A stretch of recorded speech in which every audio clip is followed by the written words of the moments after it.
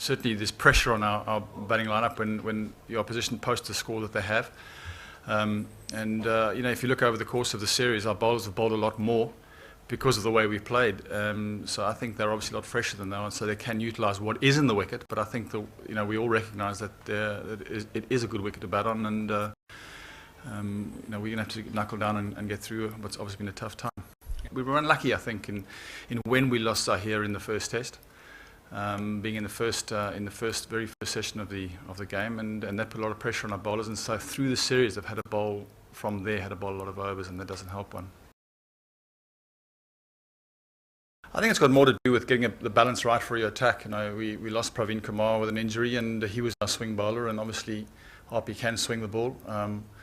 You don't want to have an attack that's too much of the same. Well, he was spoken to very clearly as to what the decision was or why the decision was made. So I think that he understood from a team perspective the decision was made. As I said, you can't have everyone being the same. You need to have variation in your attack as well.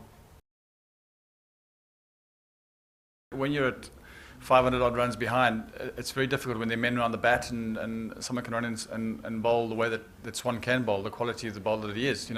We've been able to play him quite well through the series, and I think we've sort of matched each other in the spin department in terms of the way that we've played them, but that put us under pressure, and that makes it difficult for you in those situations. He knows his conditions, and that's part of home ground advantage. He bowls particularly well here, and you have to bowl differently in different parts of the world, so it's getting used to those conditions as well.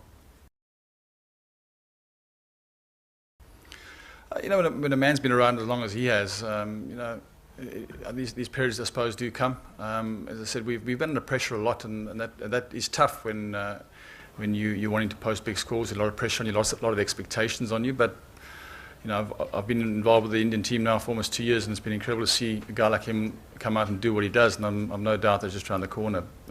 It's just a case of finding it could be just one session of solid batting for us, and he could be through. So obviously he's disappointed, like we all are, but that's part and parcel of Test cricket.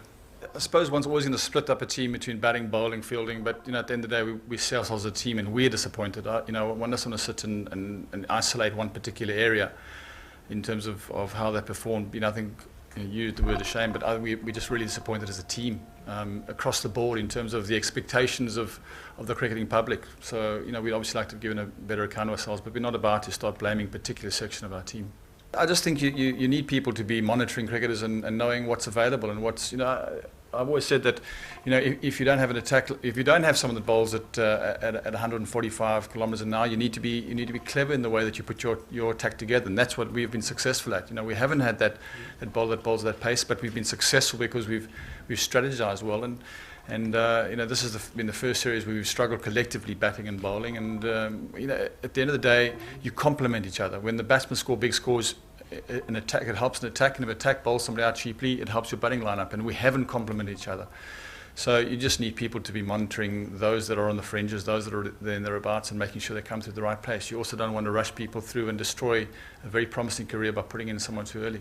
We know Roald Dahl can bat long periods of time. Zem is coming into his own, and Gautam Gambhir will be back tomorrow. So 1 or 2 sessions. The wicket certainly is playing well. I don't think it's a reflection of the wicket that our score this evening. So I think we just need someone to bat in for a long period of time, and something can happen.